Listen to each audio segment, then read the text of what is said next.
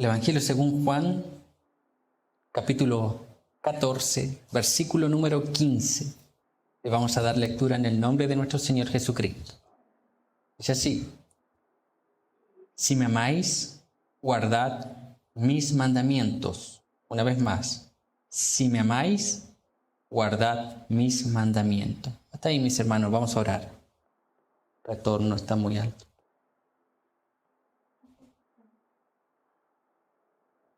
Señor,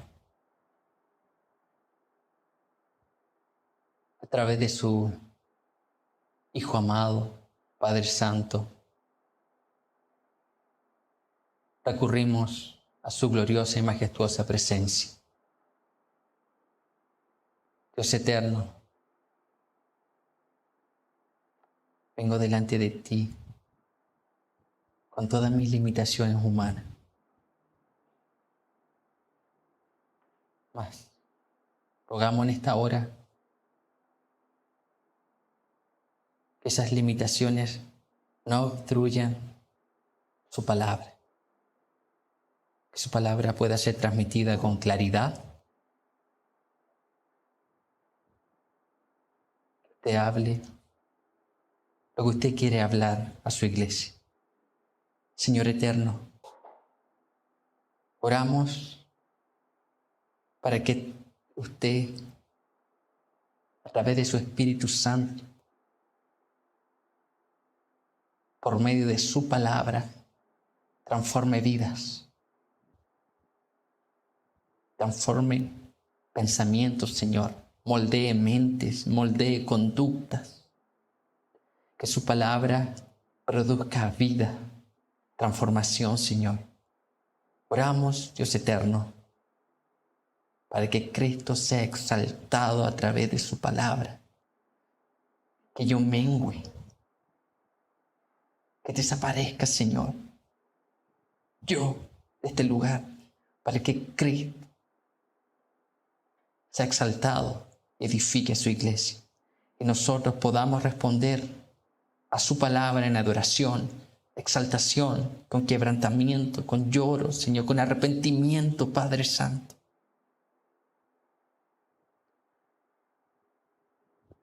Padre Celestial, se lo pedimos a través de Jesucristo. Amén. Amén.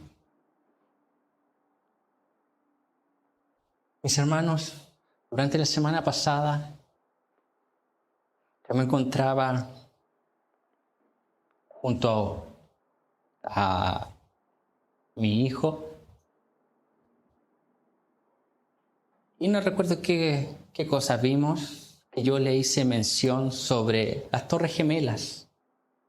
Entonces, cuando él se iba a acostar, él me dijo mañana si le podía mostrar algo en relación a lo que yo le había nombrado.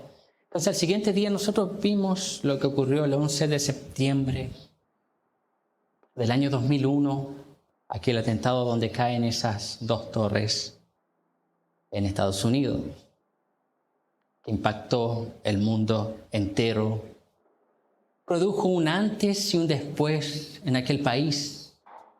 Hoy en día hay un sinnúmero de barreras para poder visitar aquel país producto de aquel acontecimiento. Entonces, mientras nosotros veíamos información sobre aquel lugar y veíamos lo que acontecía, mostraba ahí alguna imagen que pudiesen ser prudente para él. Y en aquel acontecimiento murieron miles de personas. Pero no solamente murieron aquellas personas que estaban en el edificio aquel día. No solamente murieron personas que estaban alrededor de aquel edificio, en edificios cercanos. No solamente murieron personas que visitaron justo aquel día aquellas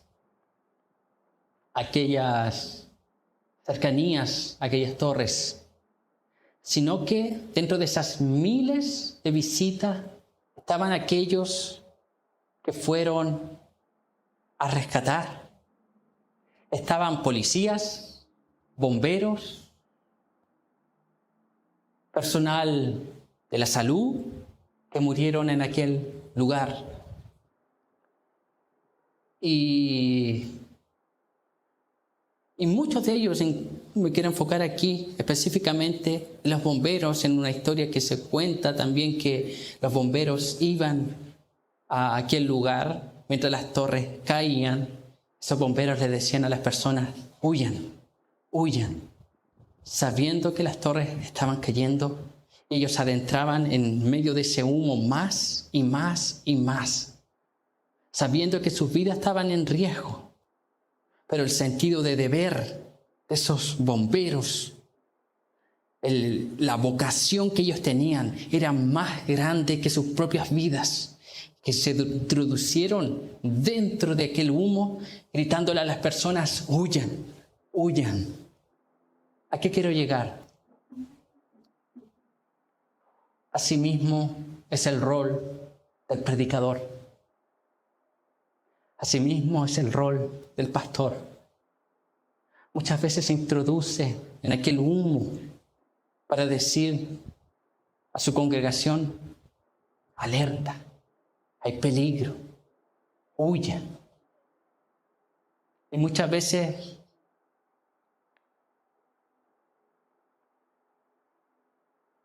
nuestra vida también está involucrada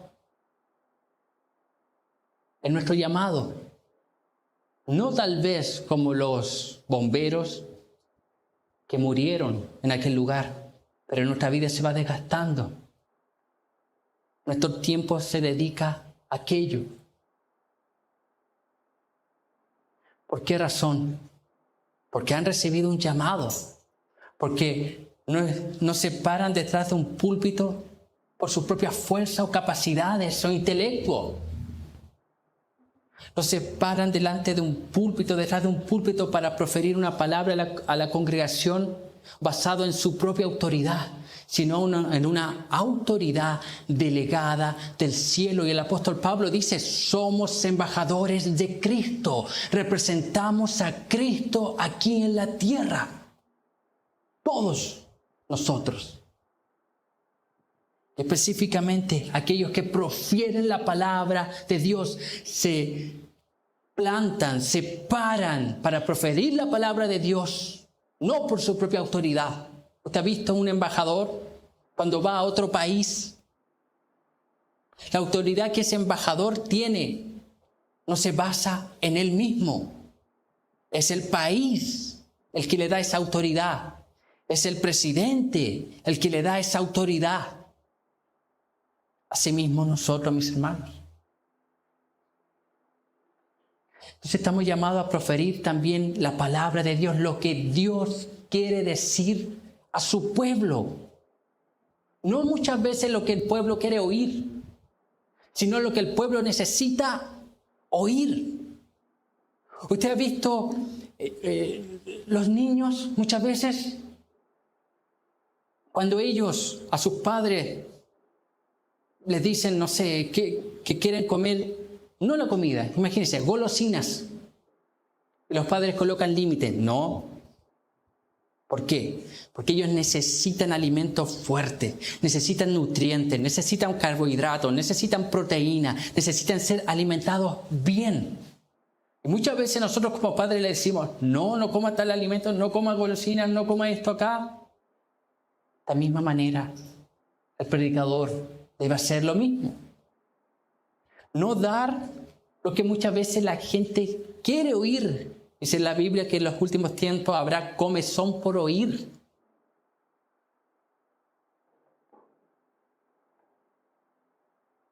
Palabras agradables, dulces, gratas. Pero muchas veces no es aquello lo que nosotros necesitamos oír. Igual como un niño, no necesita solo comer golosinas, y además muy limitado, si es que puede, si el papá se lo permite, muy limitado. Necesita comer alimentos saludables, que fortalezcan su cuerpo, que nutran su cuerpo, que den energía a su cuerpo, que ayuden a su desarrollo. De esta misma manera espiritualmente. Y aquí nosotros vemos al Señor Jesucristo hablando en el capítulo 14, versículo número 15, diciendo, si me amáis, guardad mi mandamiento. El contexto en el cual está este versículo, la palabra que prosigue es una promesa, es el derramamiento del Espíritu Santo. Él les dice que enviaría otro consolador, el Paracletos, alguien que se coloca al lado de ellos para interceder por ellos, para auxiliarles. Pero antes de dar aquella promesa, el Señor Jesús dice, si me amáis, guardad mis mandamientos. Ahora yo le pregunto a usted, ¿ama a Dios? ¿Ama a Dios de tal manera que toma en serio a Dios? ¿Es su palabra? ¿Ama a Dios como Dios demanda que le ame? Y esa pregunta yo creo que se la haga durante toda la predicación. Mediten esa pregunta. ¿Verdaderamente yo amo al Señor? ¿Verdaderamente yo amo a Dios como Dios describe en su palabra que debo amarlo? Le amo a Él por encima de todas las cosas. Las Escrituras dicen, amarás al Señor tu Dios con todo tu corazón, con toda tu alma y con toda tu mente, con todo nuestro ser. Aquel mandato es el mayor mandamiento. ¿Usted sabe cuál es el mayor pecado? El mayor pecado no es la blasfemia en contra del Espíritu Santo. La blasfemia en contra del Espíritu Santo es el pecado imperdonable. Pero el mayor pecado que el ser humano puede cometer es quebrantar el mayor mandamiento. Y el mayor mandamiento es amar a Dios. Usted, yo, nosotros fuimos creados ¿para qué? Para amarle a Él. Los grandes catecismos históricos, ¿qué dicen? ¿Cuál es la finalidad? ¿Cuál es el propósito del hombre? Vivir para la gloria de Dios y disfrutar de Él para siempre. Amar a Dios. Amar a Dios. Y encontramos esta declaración de nuestro Señor Jesucristo aquí. Si me amáis, guardad mis mandamientos. Guardad mis mandamientos. Lo primero que nosotros debemos definir es ¿qué es amar? ¿Qué es lo que Jesucristo tiene en mente cuando Él dice, si me amáis? ¿Por qué razón? Porque el concepto que el ser humano tiene de amor muchas veces es contrario al concepto bíblico de amor. ¿Qué es amar? Para algunos es un sentimiento agradable. El amor para algunos se trata de emociones. ¿Ha oído en los matrimonios cuando ocurren lamentablemente los divorcios? El argumento es, se acabó el amor. A la luz de la Escritura no es así. ¿Qué es el amor? El amor es un acto benevolente hacia otra persona o ser de forma desinteresada. Una acción benevolente es procurar el bien de otros sin esperar nada a cambio. Pero aquí el texto cuando dice amarás, ocupa la palabra agapao, que proviene de la palabra ágape, que describe el amor de Dios. Cuando vemos en Juan 3:16 que dice, porque de tal manera amó Dios al mundo que ha dado a su Hijo unigénito para que todo aquel que en Él cree no se pierda, mas tenga vida eterna. El amor de Dios hacia su pueblo, hacia su creación, es amor ágape. Y esa palabra ágape significa que es un amor incondicional. Es un amor que no está basado en las emociones, sino en la voluntad de Dios. Dios decide deliberadamente amar a su pueblo. con un amor incondicional, un amor que no tiene restricción, un amor que no pide condición, un amor que no nos pide nada a nosotros a cambio. Eso es lo interesante del texto. Porque algunos pueden malentender que Dios prácticamente está mendigando nuestro amor por Él. No es así. No es así. Es nosotros necesitamos amarle a Él para conocer el verdadero amor. Un amor incondicional. Ágape. Ese es el amor que Dios demanda de sus discípulos. Ese es el amor que Dios demanda de su iglesia. Un amor incondicional, un amor sin reserva alguna, que no deja nada para sí mismo, se despoja de todo para amarlo a Él de manera incondicional, sin cuestionamiento, a tal punto. Es que si tuviésemos la ocasión de dar nuestra vida por Cristo, deberíamos hacerlo. Vemos en el Antiguo Testamento ese amor incondicional que Abraham le manifiesta a Dios, que se dispone aún a entregar a su único hijo en sacrificio. Aquel hijo de la promesa, aquella promesa que Dios le había prometido, que se cumplió cuando él ya estaba en avanzada edad. Imagínense que Dios le promete algo, se lo da y después diga, devuélvelo. ¿Abraham qué hizo? Obedeció. ¿Por qué? Amaba a Dios. De tal manera que estuvo dispuesto a entregar la propia bendición de Dios en sacrificio de Él. Para Él.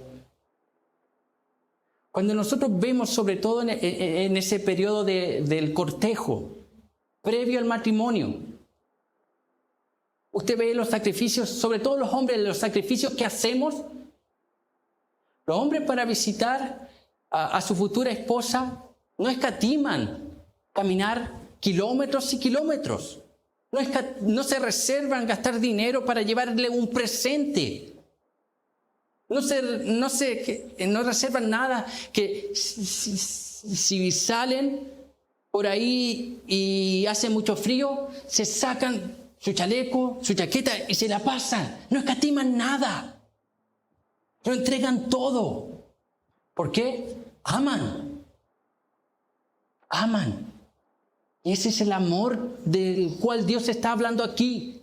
Un amor incondicional. Un amor sin reserva. Un amor desinteresado.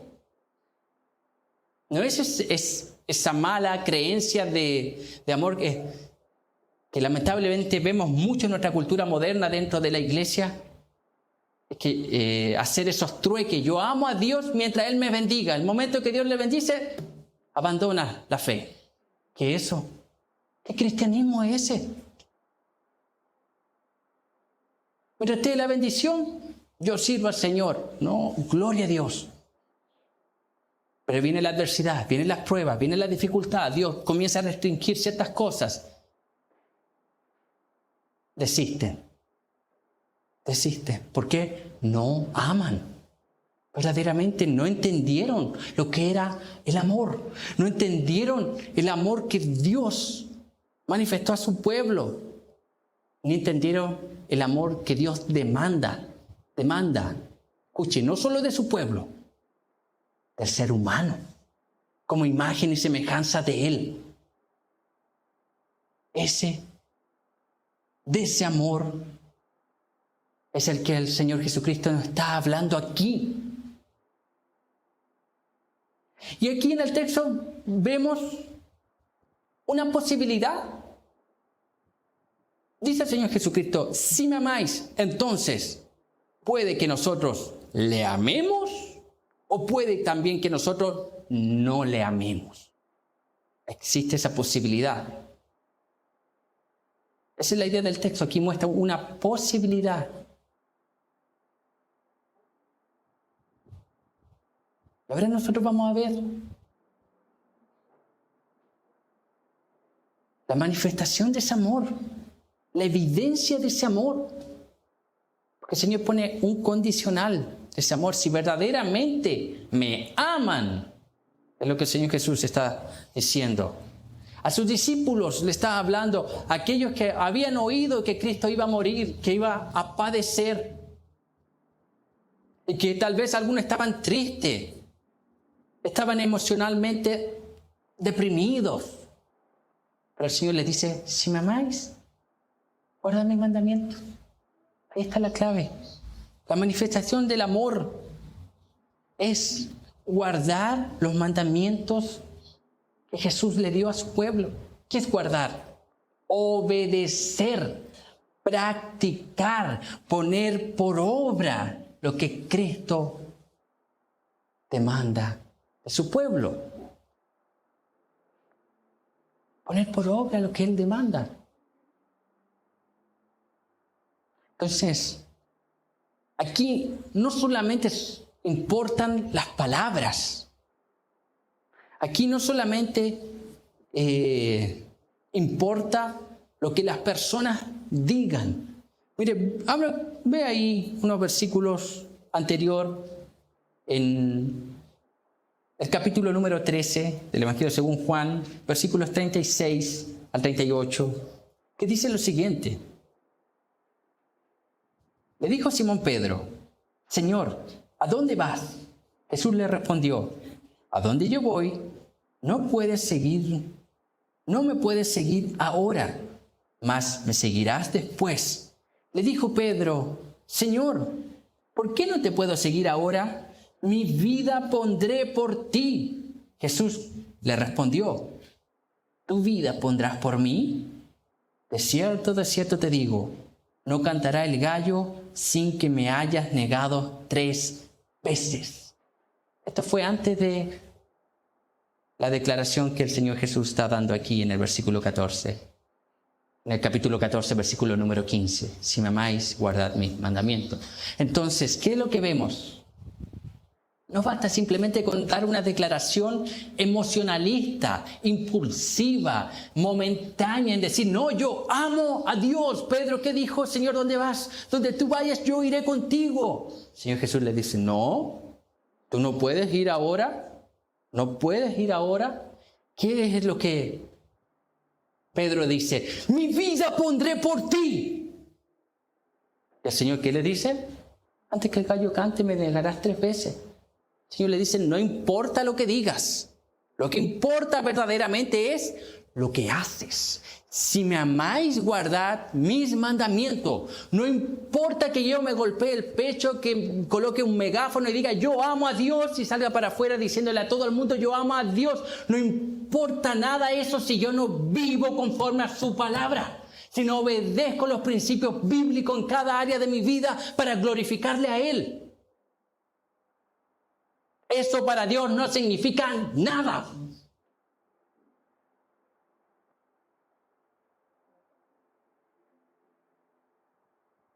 Ahora nuevamente vuelvo a preguntar, ¿ama a Dios? ¿Usted ama a Dios?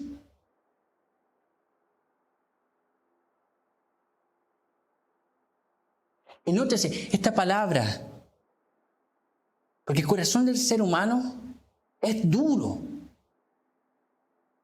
Aborrece, resiste la palabra de Dios. Por más que esté mirando, a veces muestra cara de preocupación, derrama un par de lágrimas de cocodrilo, quiere hacer ciertos cambios impulsivos, emocionales. Escuche, esta palabra no es para su hermano que está al lado. Esta palabra no es para la persona que asiste hace poco tiempo a la iglesia, ¿no? La palabra es para usted. Tome esa palabra que es para usted. Es Dios hablando a nuestras vidas. Si se aman a Dios, mi hermano, amas a Dios. Hombres, esposos, aman a Dios. Y aquí la pregunta, para los que tal vez dentro de su corazón digan, yo amo a Dios. Entonces, ¿por qué es tan negligente en la adoración familiar? ¿Cuántos cultos familiares usted realizó en el año, si es que realizó, porque algunos yo ya logro percibir que no realizan cultos familiares. ¿Sabe lo que harían los puritanos el próximo domingo? A todos aquellos que no practican la adoración familiar, lo que hacían los puritanos en su tiempo, todos iban a disciplina y no bebían Santa Cena. Hasta que cambiaran su manera de vivir. Que sean hombres responsables. ¿Cómo me pueden decir que aman a Dios si no aman a su esposa y sus hijos? Son capaces de abrir la Biblia para enseñarle la Biblia y mostrarle la grandeza de nuestro Dios. Adoración familiar. Oración. ¿Cómo va la oración este año? ¿Consiguió de orar alguna vez más de media hora, más de 30 minutos?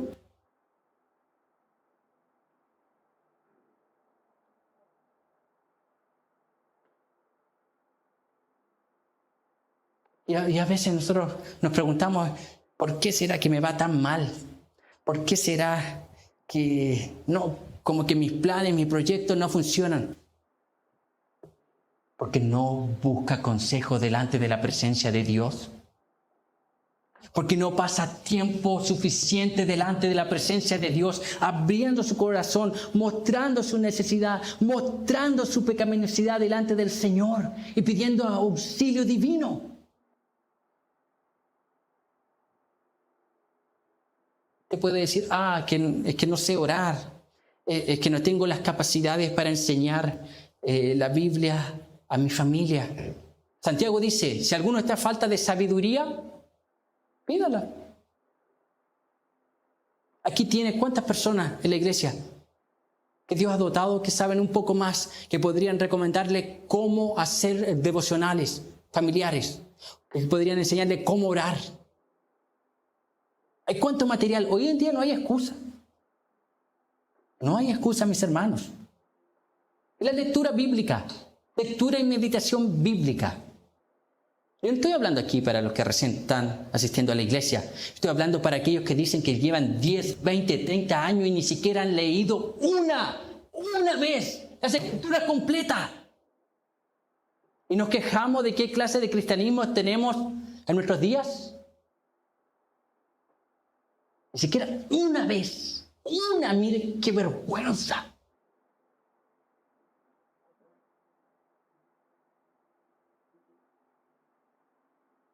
¿Amas a Dios de verdad, mi hermano? No importa lo que digas. Lo que importa es su vida. Su vida, lo que su vida testifica. Lo que su vida testifica. Lo que su vida nos está mostrando. Estamos tomando a Dios en serio. Tomamos a Dios en serio, de verdad, mis hermanos. Estamos sirviendo a Dios verdaderamente comprometidos.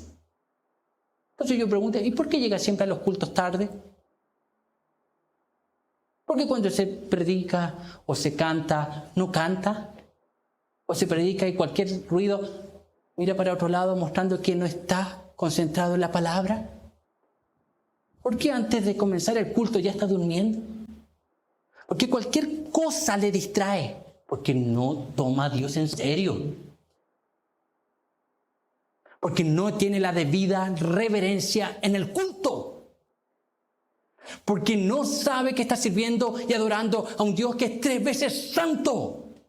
Usted sabe, si estuviésemos en el Antiguo Testamento, ¿cuántos de aquí ya estaríamos muertos?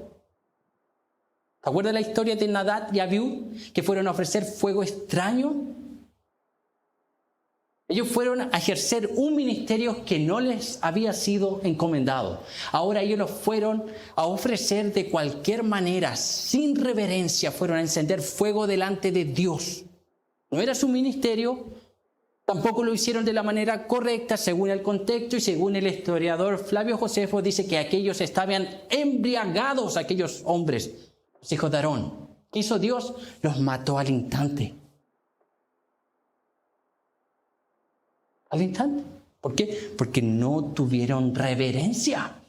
no tomaron en serio el mandato de Dios, amar al Señor.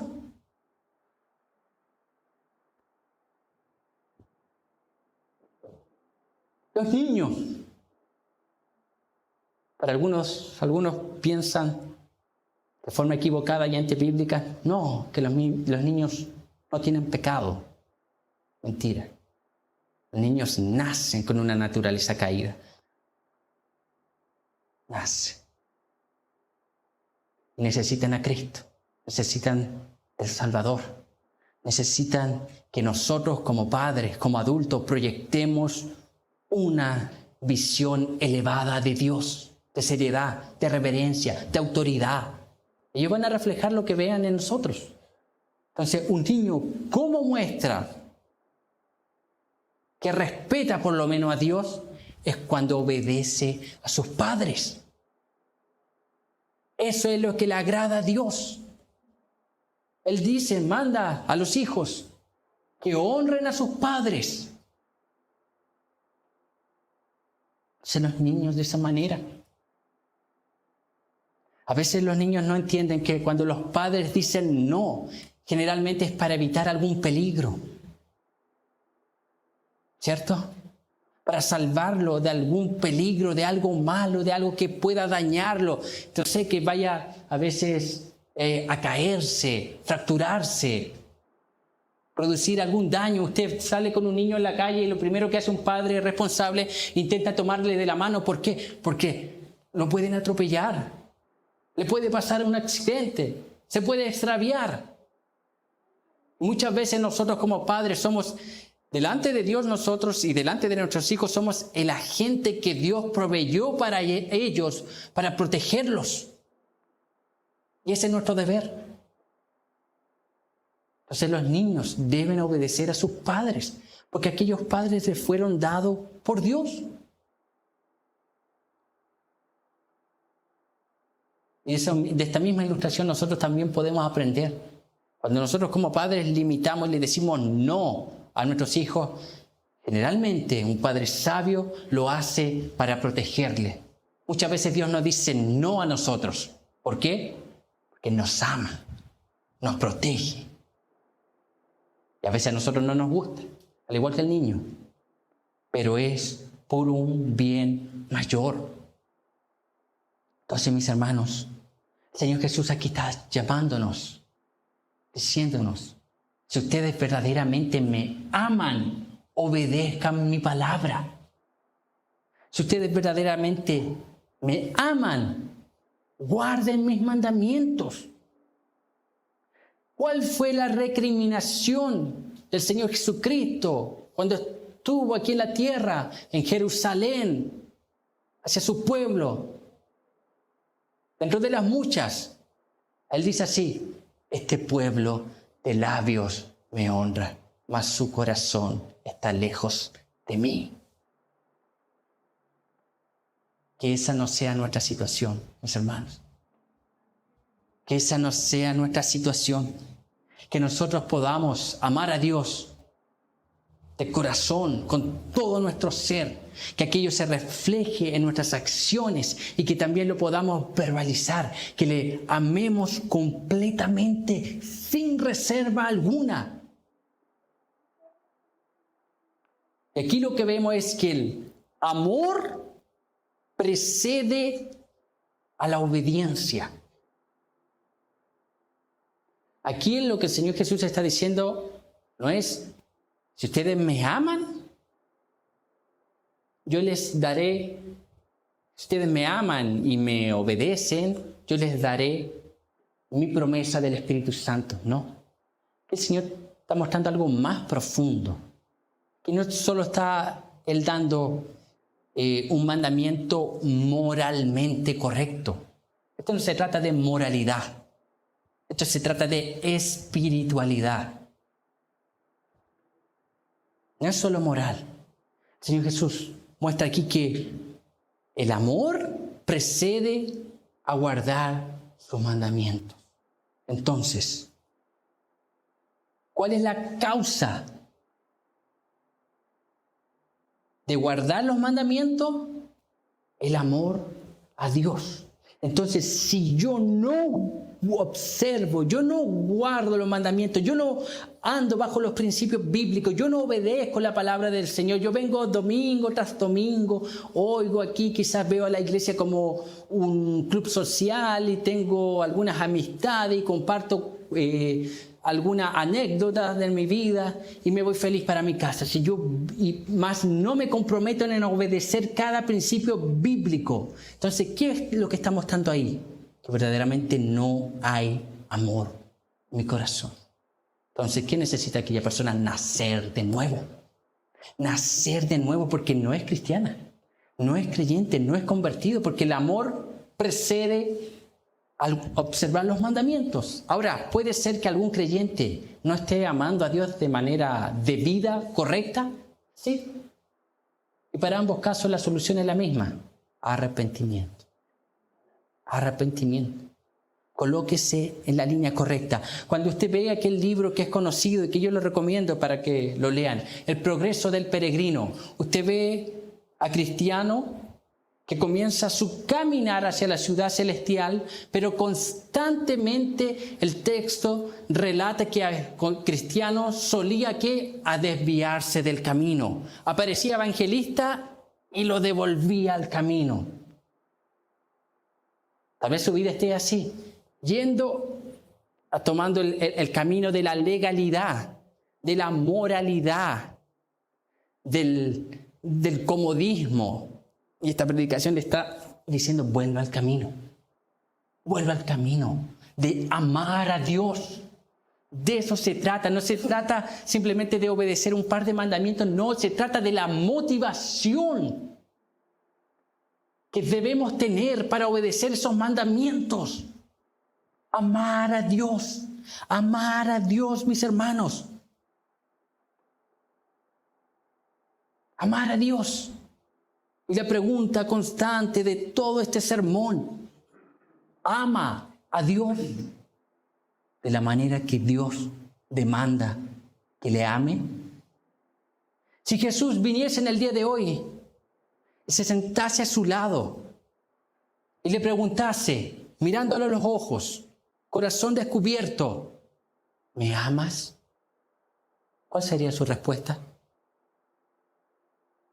¿Cuál sería su respuesta mirando a Cristo? Tal vez sería como Pedro en primera instancia: Señor, te amo.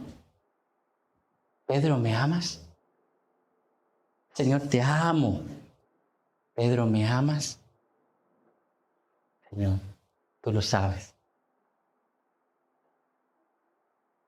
Tú lo sabes. Entonces, mis hermanos, debemos amar a Dios de esa manera. Que obedezcamos su mandamiento, que nuestras vidas reflejen que amamos al Señor. Que no nos involucremos en la vida cristiana simplemente por rutina. No. Sino que nuestra motivación sea el amor a Dios. Que nuestros corazones, cuando se abre este libro, cuando se entone las primeras alabanzas y hablen de un Salvador y hablen de Cristo y hablen del Redentor, de aquel que se humanó, tomó forma de hombre y habitó entre nosotros en la tierra para salvar a su pueblo de sus pecados, que soportó la justa y santa ira de Dios en aquel madero de cruz, que dijo: consumado es, la obra que me encomendó mi Padre, la acabé, la completé, que al tercer día Él resucitó de entre los muertos, ascendió al cielo y fue coronado en gloria. Que cuando oigamos eso, nuestro corazón arda, nuestro corazón palpite, nuestro corazón se alegre de oír las grandezas de nuestro Redentor.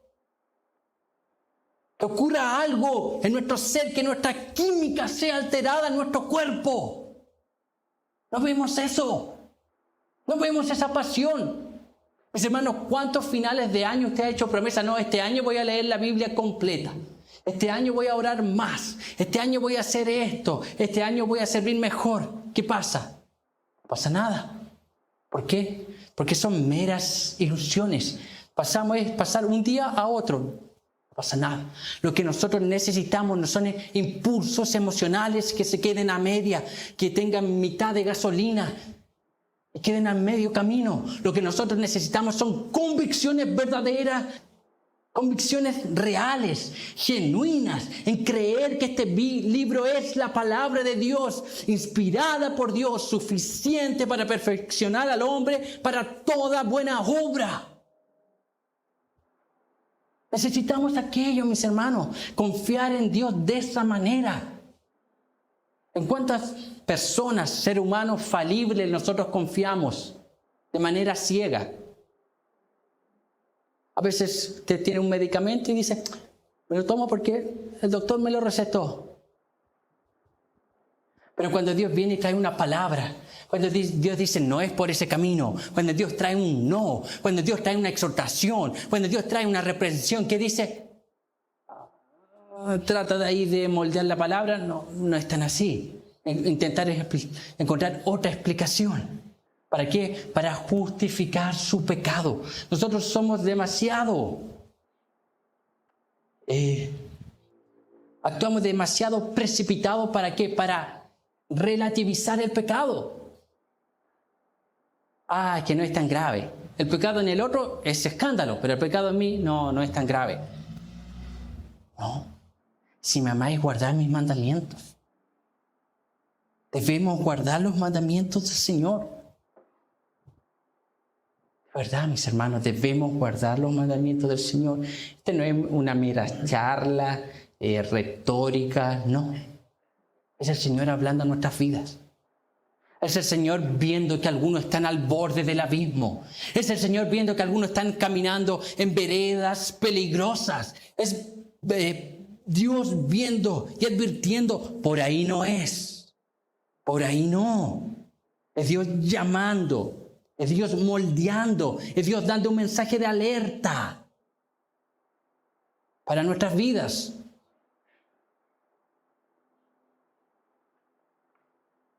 ¿Qué puedo hacer, mis hermanos? ¿Qué podemos hacer si no estamos amando a Dios como Él quiere? ¿Qué podemos hacer?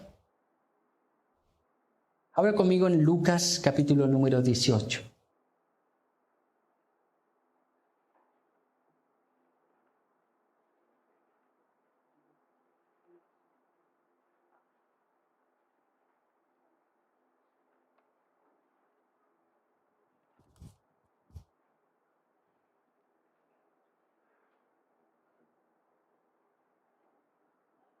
Vamos a leer Lucas capítulo número 18, desde el versículo número 9 en adelante, y dice así: a unos que confiaban en sí mismos como justos y menospreciaban a los otros, dijo también esta parábola.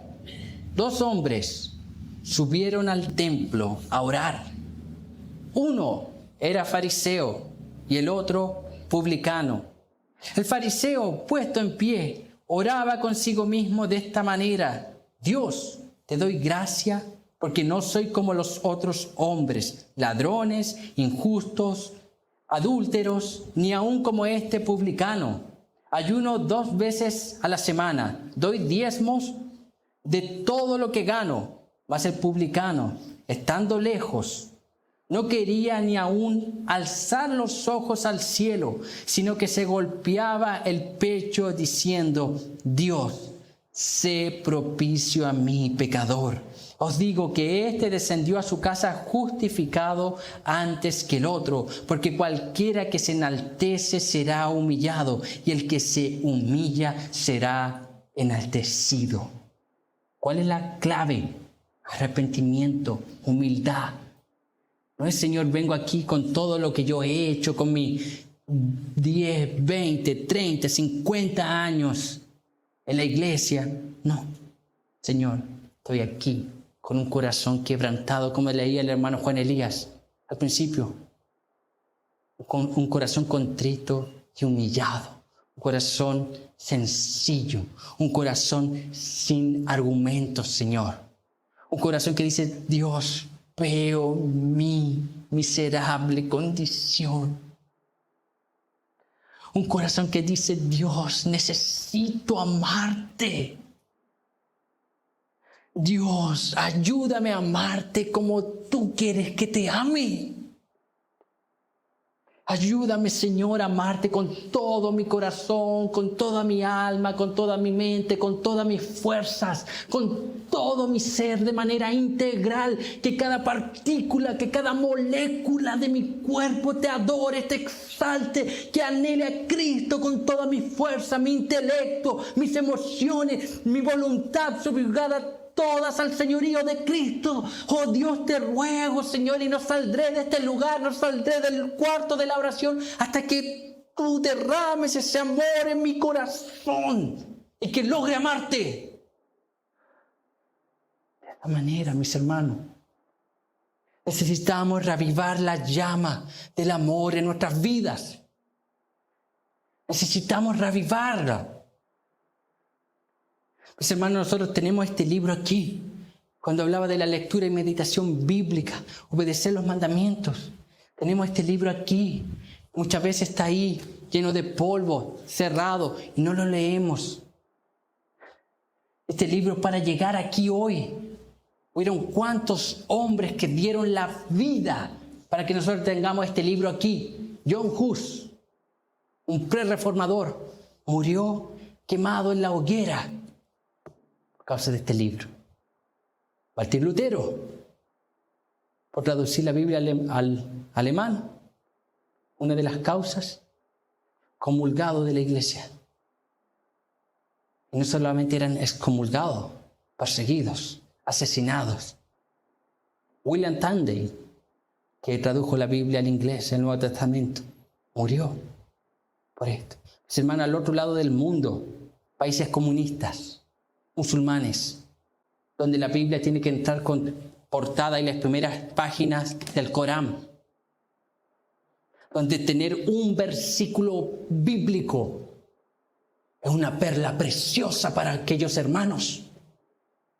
Y nosotros, ¿cuántas Biblias, cuántas traducciones de estudios, de colores, tapa premium, tapa blanda, tapa dura? ¿Cuántas?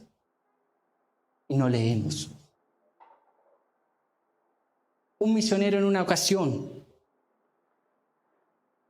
fue contrabandeando Biblias a un país comunista alrededor de los años 80, 90, el periodo de la URSS. Ese misionero y un grupo de misioneros llevaban ropas, llevaban alimentos y llevaban Biblias. Ellos descienden a aquel lugar de manera clandestina. Cuando comienzan a repartir Biblias, ese misionero dice que se acercó una señora a él y le miró, tomó la Biblia, comenzó a besar la Biblia, a acariciar la Biblia. Ese misionero le dijo, esa señora le dice al misionero, hijo, no me des nada. No me des ropa, no me des alimento, no me des dinero, no me des nada. Esa mujer empezó a decirle, dame a Dios, dame a Dios, yo quiero a Dios. ¿Será que un día nosotros podremos clamar delante de la presencia de Dios y pedirle, oh Dios, te ruego que me ayudes a amarte de tal manera que tú seas glorificado? Quiero más de ti. Y ese es el propósito de la lectura y meditación bíblica. Conocer a Dios para que a medida que nosotros vayamos página por página nos vayamos maravillando con aquel que es creador de todo el universo, aquel que sustenta todas las cosas por medio de la palabra del Señor, aquel alfa y omega, principio y fin, el primero y el último, aquel que sustenta todo este universo, aquel que es insondable, inmarcesible, soberano, eterno, suficiente, autosuficiente, el Rey de reyes y Señor de señores, ese Rey de gloria. Mis hermanos, ese es el propósito de la lectura bíblica, no es agrandar nuestro intelecto, no. Es conocer a Dios. ¿Para qué? Para que le amemos con todo nuestro ser, de manera incondicional. Si me amáis, guardad mis mandamientos. Amén. Vamos a orar, mis hermanos.